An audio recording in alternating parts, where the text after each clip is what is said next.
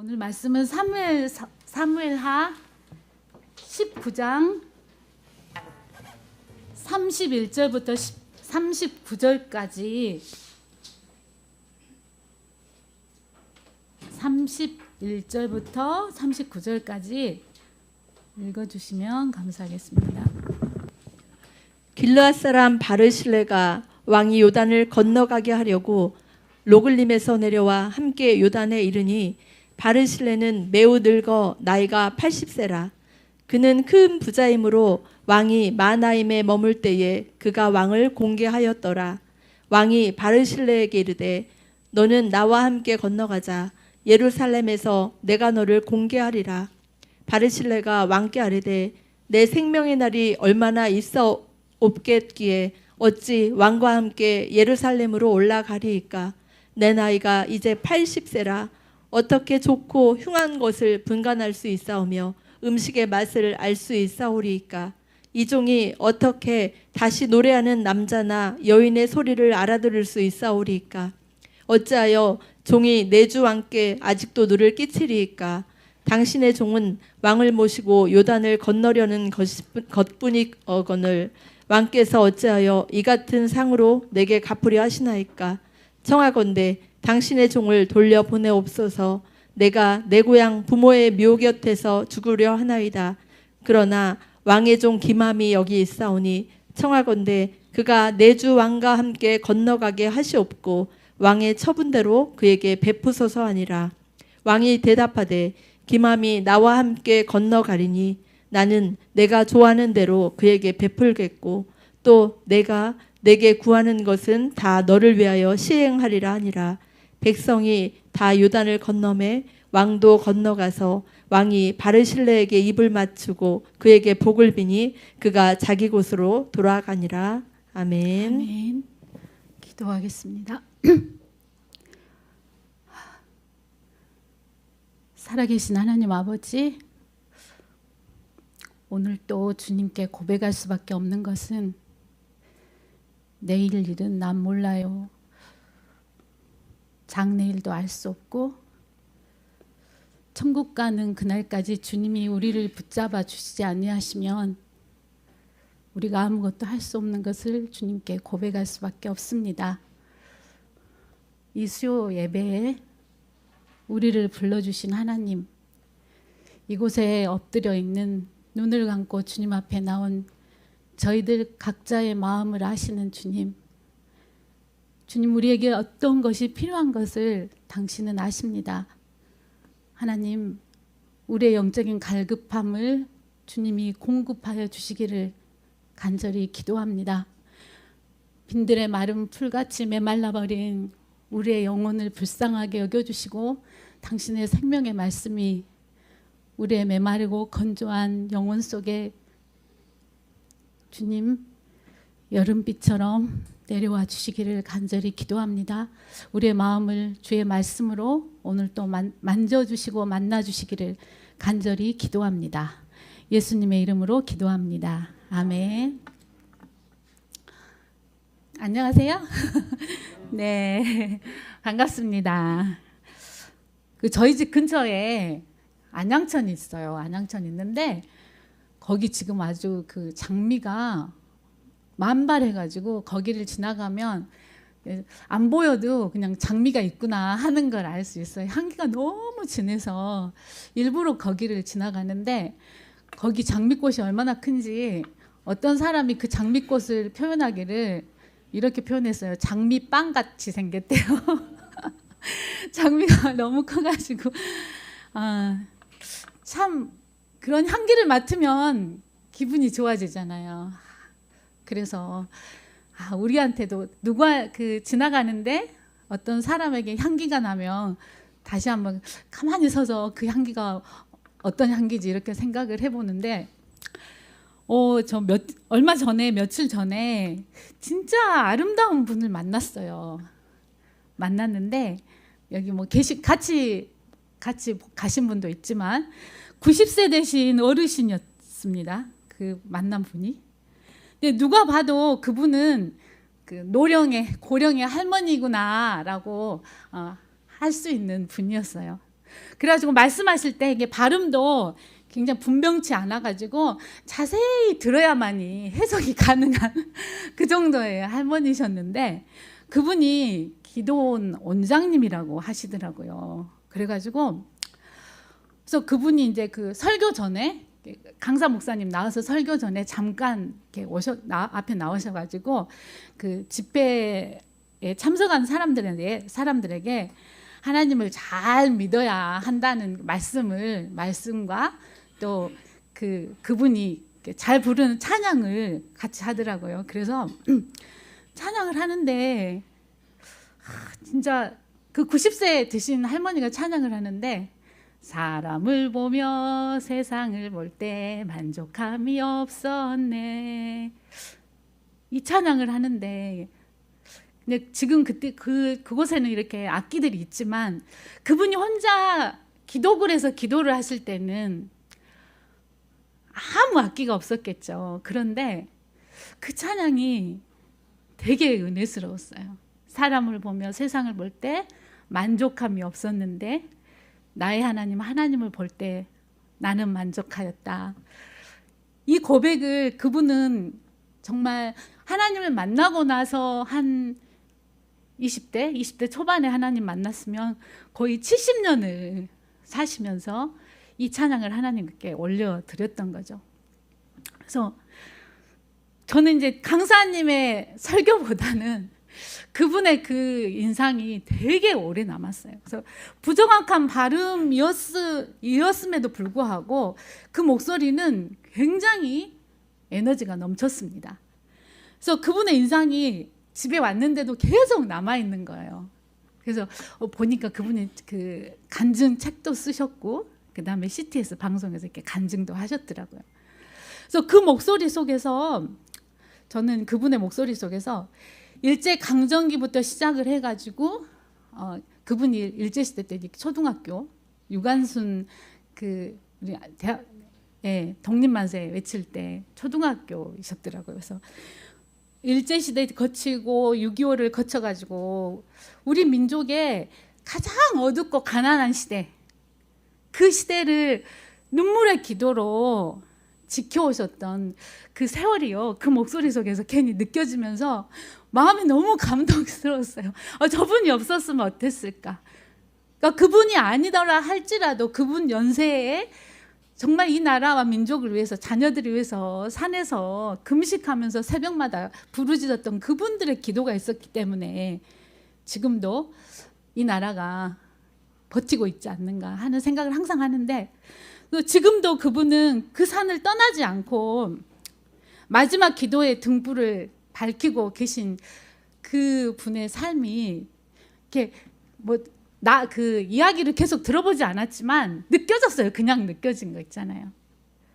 요즘은 그런 생각이 많이 듭니다. 저도 가끔 이제 말씀 나눌 때 그 얘기를 하는데, 기도로, 전도로, 또 여러 가지 헌신으로 나라와 민족을 지켜오셨던 그 어르신들이 계속 마음에 남아요. 그래서 이 믿음의 선배들의 소중함을 절실히 느껴요. 막 전쟁이 일어날 것 같으면 정말 내가 이 나라를 기도로 지킬 수 있을까 하는 생각도 들고, 그래서 오늘 말씀 속에서 또 한 사람의 아름다운 한 사람을 보게 됩니다. 말씀을 통해서 우리가 빚어져야 할 하나님의 사람의 모습을, 하나님의 사람 그리스도인의 모습을 발견할 수 있기를 기도합니다. 본문을 보겠습니다. 압살롬의 반역으로 인해서 피난길에 다윗이 피난을 하게 됐죠. 피난길에 나선 다윗과 백성들은 아무런 준비가 없이 그냥 길바닥에 나한 듯이 나오게 됐어요. 그래서 암몬 자손의 땅 나하마임에 자리를 잡게 되었습니다. 먹을 것도 준비해가고 가지 못했을 거고, 그때 그 상황을 상상해 보세요. 근데 그때 하나님은 이방인들을 통해서 다윗과 그의 일행들에게 필요한 물품들, 그리고 그들이 필요한 음식을 제공을 해 주었습니다. 바르실레는 다윗의 피난 생활 동안에 다윗과 그의 일행들의 필요를 공급해 준 사람들 중 한 사람입니다. 이름 어렵죠. 바르실레. 이 바르실레는 압살롬이 죽은 이후에 다윗이 황궁하는 다윗을 이제 배웅하기 위해서 요단강까지 나왔습니다. 오늘 본문에 보면 이 바르실레가 어떤 사람인가 32절 말씀을 한번 보겠습니다. 한번 읽어주시겠어요? 32절.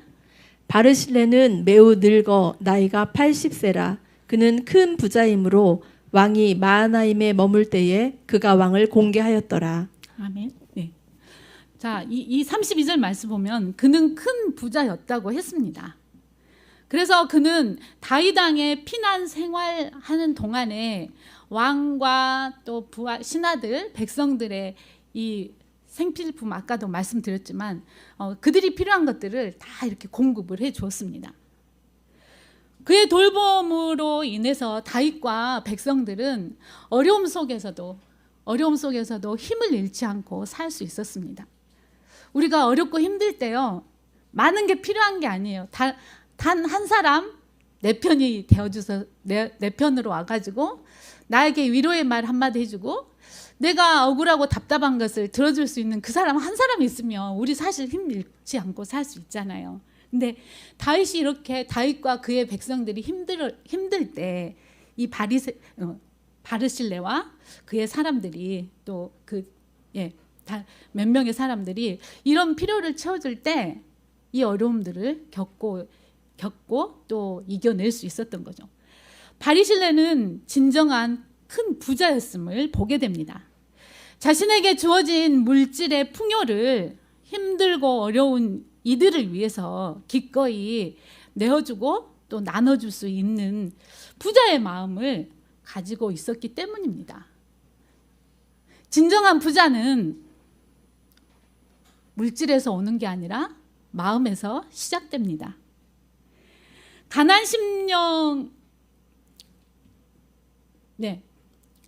가난심리라고 가끔 표현을 해요. 가난심리. 가난한 심리에 쌓여 있는 사람은 받을 것만을 바라게 되죠.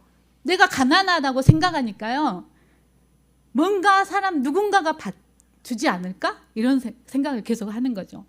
그러나 부자의 마음을 가진 사람은 어때요? 자신이 풍요롭기 때문에 가진 것들을 나누는 삶을 살게 되는 거죠. 이거는 물질이 있고 없고의 차이가 있겠지만 그보다 더 근본적인 것은 마음에서 오는 거죠. 내 마음이 가난한 자의 마음인가 부자의 마음인가. 그래서 여러분은 부자이십니까? 가난하십니까? 나는 부자라고 생각하는지 가난한 자라고 생각하는지 한번 점검해 볼 필요가 있겠습니다. 사실 하나님을 아버지로 모신 우리는 세상에서 가장 큰 부자입니다. 왜? 창조주 하나님께서 우리 아버지가 되시는데 제일 큰 부자죠. 그럼에도 불구하고 우리는 부자의 삶을 누리지 못할 때가 정말 많이 있습니다. 그래서 나누기보다는 움켜잡고 있을 때가 많죠. 없다고 생각하니까. 우리 안에 하나님으로 말미암아서 부자된 우리 각자의 모습을 발견할 수 있기를 진심으로 기도합니다. 저와 여러분은 부자입니다. 저와 여러분은 진정한 부자입니다. 그리하여 이 땅에 사는 동안에 선한 영향력을 끼치는 부자들이 되시기를 진심으로 기도합니다. 바르실레는 다윗의 황궁 소식을 듣고 이제 노령의 몸을 이끌고 그를 배웅하기 위해서 요단강까지 나왔습니다. 다윗은 바르실레가 베푼 은혜에 보답하기 위해서 왕궁에 함께 가자고 이제 왕궁에 함께 가서 살자고 권하고 있습니다. 33절 말씀을 보겠습니다. 읽어주세요. 왕이 바르실레에게 이르되 너는 나와 함께 건너가자. 예루살렘에서 내가 너를 공개하리라. 아멘. 아멘. 네. 예루살렘에서 내가 너를 공개하리라. 다윗은 받은 바 은혜를 기억하는 사람입니다. 받은 바 은혜를 다윗은 기억하는 사람이었죠. 함께 해준 사람, 그 사람 절대 배신하지 않고, 여러모로 도움을 그에게 상황에 따라 준 사람들을 기억하고 끝까지 그에게 그가 받은 은혜를 이제 바르실레에게도 갚고자 합니다. 우리도 살아가면서 우리에게 은혜를 베풀어 준 사람들을 만나게 됩니다.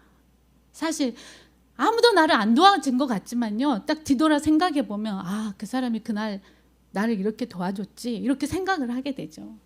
뒤돌아보면 하나님의 사람은 그 은혜를 기억하는 자가 되어야 됩니다.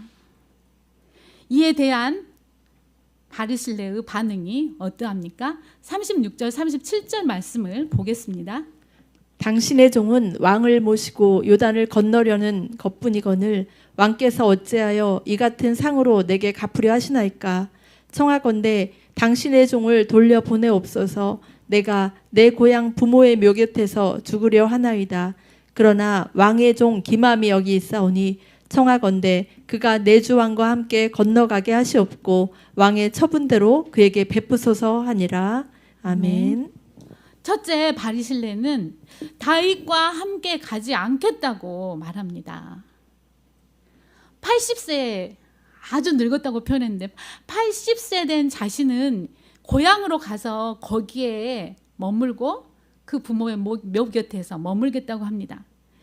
자신의 삶에 만족하는 그의 모습입니다. 그는 자신의 상황에, 현실에 만족하는 사람이었던 것을 보게 됩니다. 현재 주어진 것에 만족할 수 있는 사람, 그는 정말 행복한 사람입니다. 우리가 만족을 못 느끼니까 항상 불행을 느끼죠. 행복은 바로 현실에 나에게 주어진 상황을 만족할 수 있는 데서 시작되는 것을 보게 됩니다. 여러분은 현재 주어진 여러분의 상황 속에서, 현실 속에 만족하고 감사함으로 살아가십니까? 모든 상황 속에서 하나님은 모든 상황 속에서 하나님이 함께 하실 때 우리는 두려울 것이 없습니다. 하나님이 함께 하시면 되지. 근데 가끔 의문을 품을 때가 있죠. 두 번째로 바르실레는 자신 대신에 자신보다 젊고 어린 자를 데리고 가달라고 다윗에게 부탁을 합니다. 37절 말씀에서 그러나 왕의 종 기맘이 여기 있사오니 청하건대 그가 내 주 왕과 함께 건너가게 하시옵고 왕의 처분대로 그에게 베푸소서, 이렇게 말을 하죠. 바르실레는 자신 대신에 자기 아들에게, 자신에게 주어진 영광스러운 기회, 왕궁에서 대접받으면서 그 살 수 있는 기회를 아들에게 내어주죠. 비록 고령의 나이였고 이방인이었지만 하나님의 백성을 후대하였던, 하나님의 백성을 후원하였던 바르실레에 대해서 하나님은 성경에 그의 이름을 이렇게 9절 31절부터 9절 39절까지 있고 또 17장에서도 바르실레의 이야기가 나오죠. 하나님은 그의 이름과 그의 사건을 이렇게 기록해 주셨습니다. 하나님은 그와 그의 자녀를 축복하셔서 다윗 왕국의 주역이 되게 하셨습니다. 바르실레를 통해서 우리는 진정한 부자, 진정한 어른의 모습을 볼 수가 있습니다. 신앙의 연륜이 더해갈수록, 신앙생활 내가 몇 년 했을까? 신앙의 연륜뿐만 아니라 우리가 나이가 한 살 한 살 먹어가면서 어른이 되어가잖아요. 그러면 어떤 모습으로 살아야 될 것인가? 내가 남에게 보여주는 나의 모습은 어떤가 생각해 보게 됩니다. 이런 신앙의 연륜이 더해갈수록 온유와 겸손과 인내와 절제의 덕으로 옷 입는 저와 여러분이 되기를 진심으로 기도합니다. 얼마 전 서론에서도 말씀드렸는데 멀리서 만났던 그 90세 되신 기도원 원장님, 그리고 오늘 말씀에 나온 바르실레, 그분들을 통해서 굉장히 잔잔하고 깊은 감동을 그분들 속에서 느끼게 됩니다. 왜 그럴까? 바로 그들 모습 속에서 하나님의 사람의 모습을 보았기 때문입니다. 하나님의 사람은 좀 그런 분들 보잖아요. 그러면 마음이 괜히 훈훈해지고 든든해지고, 그게 바로 향기인 것 같아요.